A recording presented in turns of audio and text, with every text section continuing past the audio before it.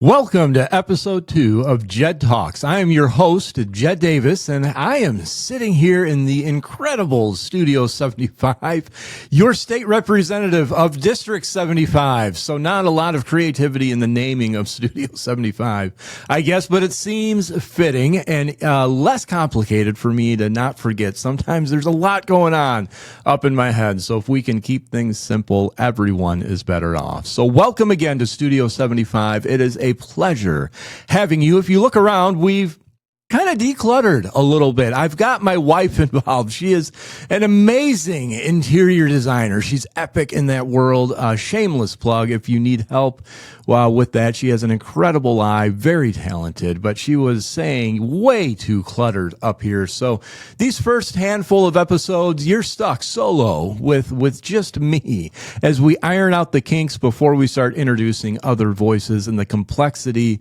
of of all of that, of having guests, which we'll get to, and it will be a lot of fun, and I'm really excited for that.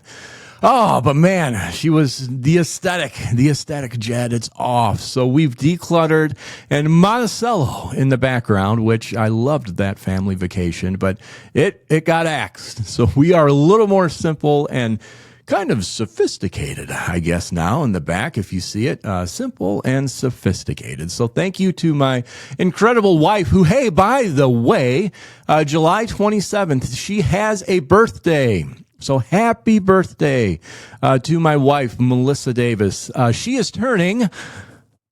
No, I'm not about to do that. I'm foolish, but I am not foolish in that realm. She is turning a beautiful age. She is a beautiful woman, and I just want to give her a quick shout out here. Oh man, from foster care to raising a family to jumping into the political arena.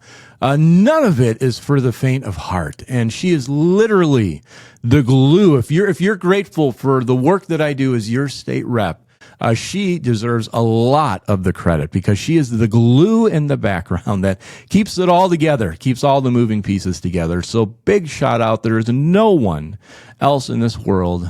25 years. We've almost been married 25 years in a handful of weeks here. So I better not fumble that because, man, that seems to be a milestone to me. So a little bit of pressure, but I can handle that. We'll knock it out of the park for my amazing wife. But happy birthday, Melissa. If you see her, give her a shout out. No one else I would want to do this adventure with. She's amazing and incredible. So enough sappiness there, but if you do see her, give her a high five or a big birthday hug anywhere here in the great 75th district. She'll be out and about, I'm sure. So, hey, yesterday I saw the news, heartbreaking. Hulk Hogan, 71, passed away. How tragic. Man, I grew up in the 80s and wrestling was iconic, from Macho Man to Andre the Giant and Hillbilly Jim. And Hulk Hogan, there was none better than the king of Hulkamania. Hulk Hogan, about a year ago, I took my wife, my son, my 2 staff members. We all jumped in the car and we headed to, of all places, a Jewel Osco. He was there promoting his Real American Beer, and we pulled in, and there was 500 to 600 people in line wrapped around the entire building, and they were like, what in the world? And I was thinking, what do you expect, right? This is a childhood legend for a lot of people. Of course, they're going to come out to see the Hulk. We were obeying the rules, and my son and I were sweltering out in the line, waiting for our chance to meet Hulk Hogan. The 3 of them went inside and just kind of hung behind the rope. And what do you know? He pointed to them and was like, I don't normally do this, but hey, come over here. We'll get a picture together. So they short-circuited the line at the invitation of Hulk. So, of course, they accepted and went and got an incredible picture that I may be just a little envious as we were sweating out in the sun, the summer heat. But ultimately, my son and I did get to meet him at the end, and he was so genuine, watching him interact with toddlers that were dressed up in his gear to full-grown men who were losing their mind over the experience. He was so genuine, so generous, and it was a just such a fun experience to do. I had him sign a Trump comic. You know, he kind of jumped into the world of politics in his closing years. So I figured, what better? Get his signature on this and a few other things that are in my son's bedroom and my office that will be lifetime memories for us. Such fun. So rest in peace. Hulk Hogan. Oh, man, you will be missed. An American icon and legend. Jumping right in now, episode number 2. We are out of the gates. We're out of the gates and running, and I'm looking forward to today. We're just going to have a heart-to-heart, a little fireside chat with no fireside. But what is the state of the Republican Party in Illinois, and what can we do to make a change and continue to fight for the freedom and values that we all hold near and dear to our hearts? And oh, man, I just posted yesterday, go check that out on my Facebook, about the rising utility costs. And holy cow, did that get engagement. So that is telling me that is a topic resonating with many, and it is happening in real time, month to month, as you open your bill and are just frustrated. I've met with a constituent yesterday for about an hour on his NICOR bill, which is also kind of going up through the roof, really large percentage increases, and this is not sustainable, and it's self-inflicted, which is the annoying part of all of this. A lot of this damage, a lot of your cost of living going up is self-inflicted by the policies that the General Assembly is passing out of your capital. So welcome to Illinois. Oh man, is that aggravating? And what's even more aggravating is that there is Republican votes on these policies that are causing your cost of living to go up. So we need to change, and that is oh man, we will peel back that smelly onion here in a future episode. And I am sorry, and I'm right there with you when I open up my bill or get the text every week about my budget plan being adjusted and going in the wrong direction. Ah man, but we'll dig into all of that here soon. I just kind of want to, where are we? What's causing all of this? And again, there's my amazing guard dog, Rusty, keeping the Studio 75 safe and secure. Hold on here. Hey! What are you doing?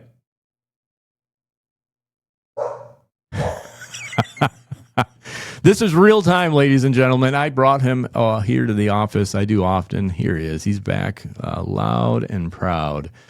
Tail wagging. Man, I wonder if I can get him up here. Hey, come on, over here. Let's say hi to everybody. Come on. Oh. Hey, who doesn't love a dog, right? He is really sweet, really kind. Can you say hi? Say hi. All right. This is even more sap, man. This is like classic politician 101. Bring the dog into the camera and get a good picture. He is 4 years old. Got him from a great breeder down south, and a lot of fun. But yeah, vicious guard dog. So this is what you have to face if you come and try to say hi. But he's a big fan of visitors, so I would love you to come say hi. He is really harmless as a flea. Although fleas, I think, can be very annoying, which he has never had, but he's harmless as whatever you want to say. A lot of fun there. But hey, enough of that circus. Let's jump back in. Where was I?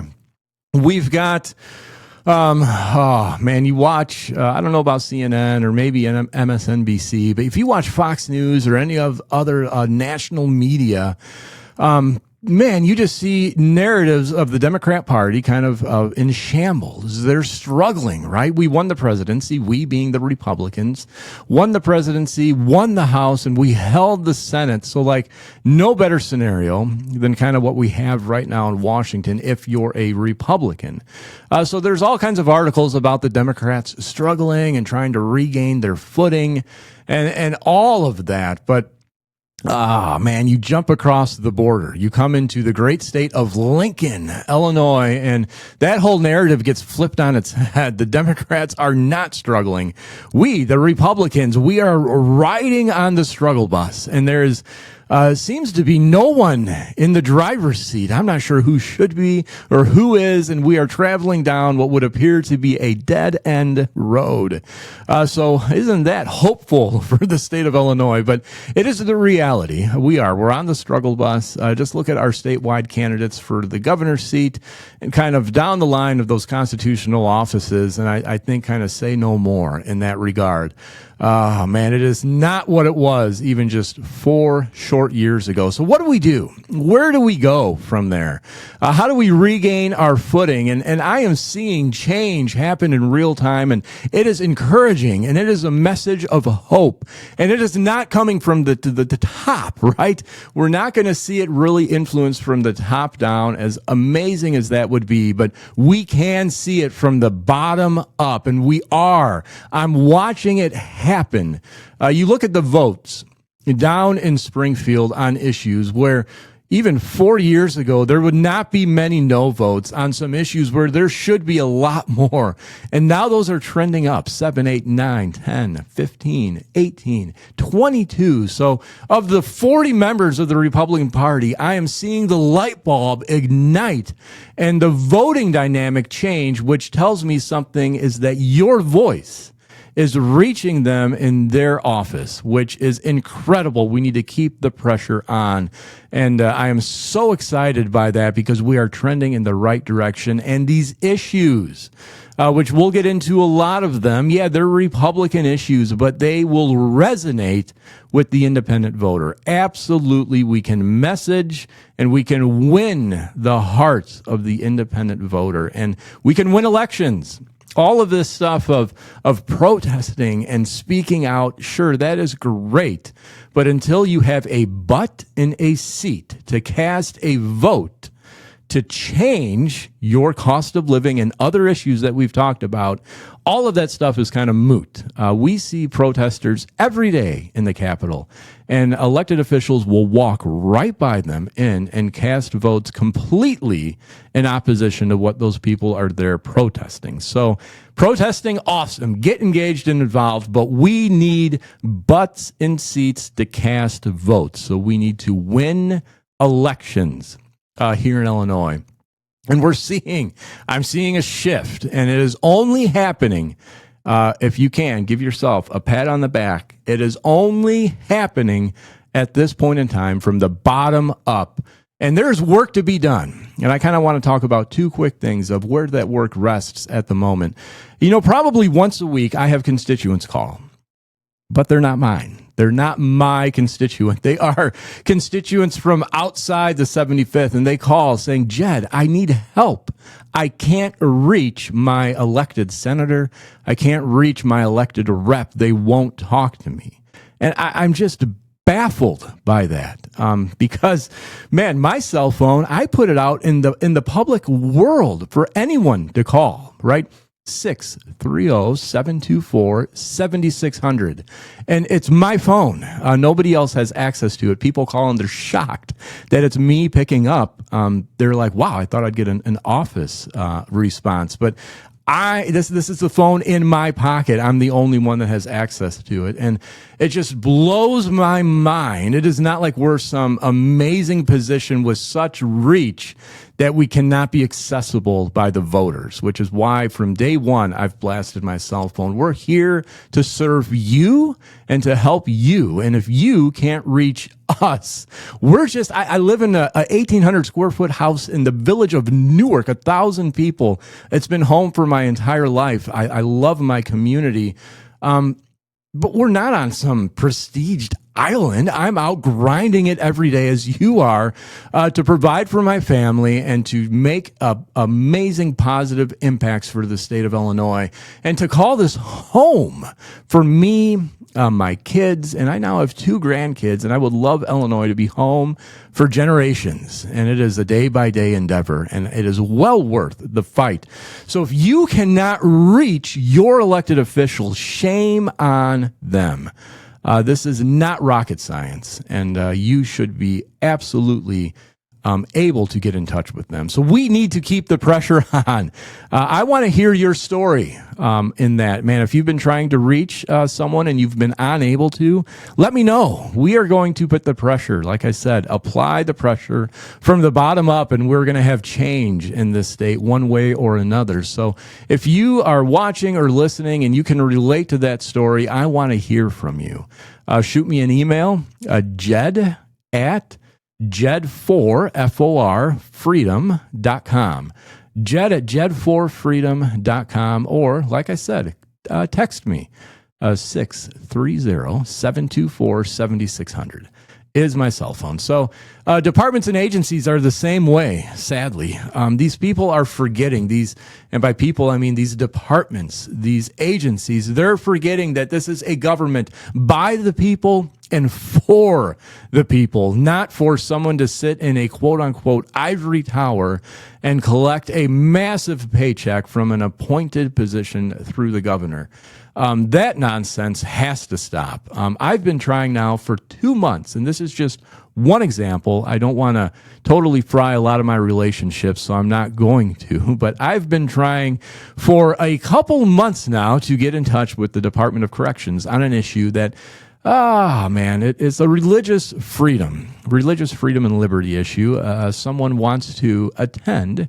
This is a family that I know that is a great family, and they're amazing people. You would love them, but they have a loved one on the inside, and they want to attend a Bible study and then like on a Wednesday and then a church service on a Sunday, and they're being told, no, can't do it. You have to pick one. And I'm thinking, what are we doing, right? Are we trying to rehabilitate people on the inside and give them a leg up when they get out so they can re-enter society and have a foundation to build from, whether it's trades and skills or religious beliefs, which I would think all of the above would be incredible for when they get on the outside. But instead, we're restricting someone that is very compliant. They're not like being put in the penalty box on the inside. They are very compliant, but they're being told one service, you cannot go to Bible study. So that to me is asinine. So I'm trying to just help them out. That's what we're here to do. We're here to help people as your elected representative and help them out. I sent a letter to the Department of Corrections, and May 23rd, I kind of want to just emphasize that. May 23rd. What's today? Hey, Rusty, what's today? Oh, July 25th. What? 2 months have passed. Nothing. I called them about a month in and said, hey, did you get my letter? And here's the response. They're like, oh yeah, we received it. We've got your letter. And hey, I can't believe you haven't gotten our letter back. You know, sometimes things in the mail, in the internal system here, they just take a little longer. It should be on your desk any day, but guess what? I'll email it to you. That way you can have it literally within the next 90 minutes. Well, that was about 40 days ago now, and we called them somewhere in that 40-day window, and they were like, oh, I was wrong. The letter hasn't been approved for release. So what are we doing that we can't just have a simple dialogue with departments that are here to serve you, right? These agencies, these departments, these elected officials are here because we, the voters, put them in place. We voted them in to be our voice. And then if I can't get an answer, and I'm not saying I'm someone, I'm a temporary holder of the 75th seat. So whoever is in the seat, whether it's Jed or Frank or Amy, I don't really, whoever's in this seat, I cannot get a response as a duly elected state representative for over 60 days from a department on a very simple issue. I can't even get a letter back saying, hey, here's our policy. Even if it was, we're restricting some movements because we are just short-staffed and we're sorry for this. We're working on hiring more people, and we'll get that rectified. If you can kind of bear with us for the short term, we'll help get our people plugged in to the avenues that they want to get plugged into for a better life on the inside and ultimately the outside. But no, I don't get anything. I get a falsity.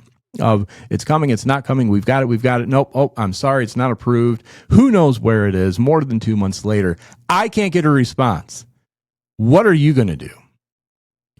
And I know that's not very hopeful, but I just want to say that is all the more reason we need to keep the pressure on. We need to lace up our shoes. It is so easy. So easy. And I find myself doing this all the time. And this isn't a chastise. This is a chastise and a remembrance for me. And I'm just sharing my own heart. It is so easy to complain. But where does it get you? Where do the protests ultimately get you?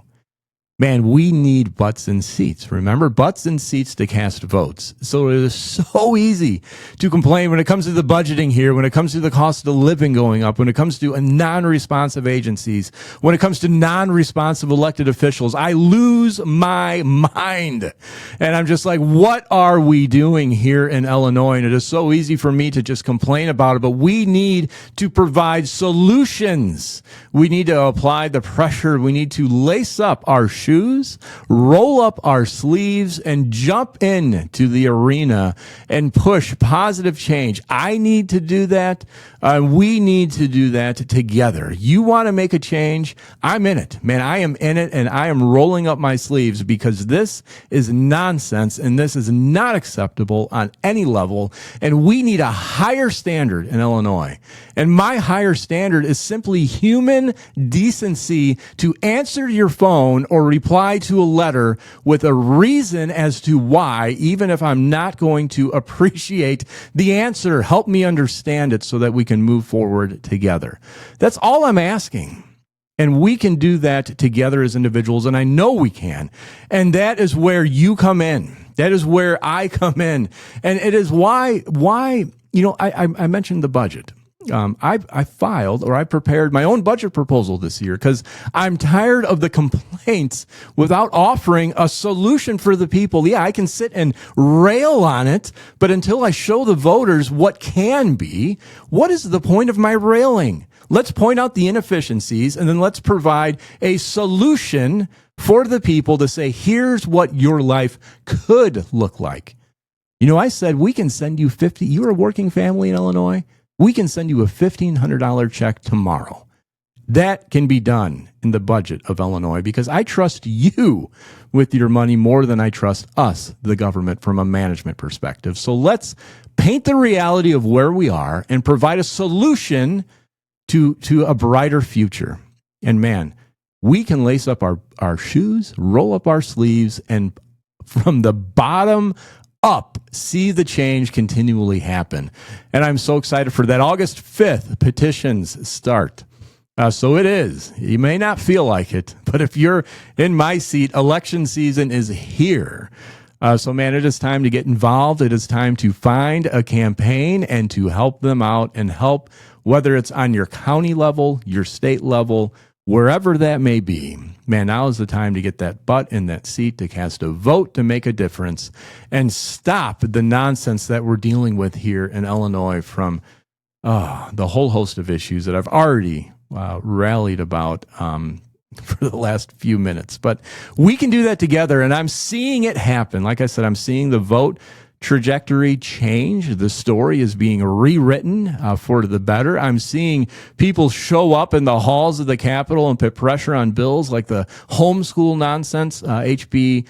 Oh, I can't believe I even forgot those numbers because it was such a hot topic. This is why we keep it Studio 75, because there's a lot happening up in my head. But that homeschool bill, people showed up. They shut the Capitol down.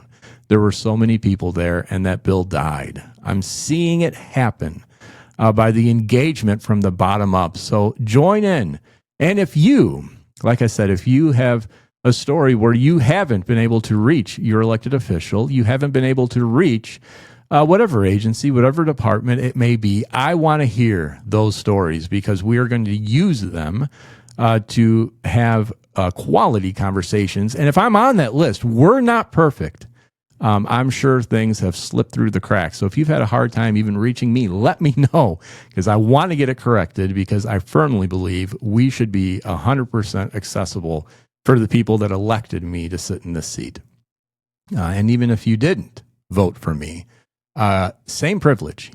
I'm the representative of the 75th. Red, white, blue, doesn't matter the color, party affiliation or race affiliation or any affiliation.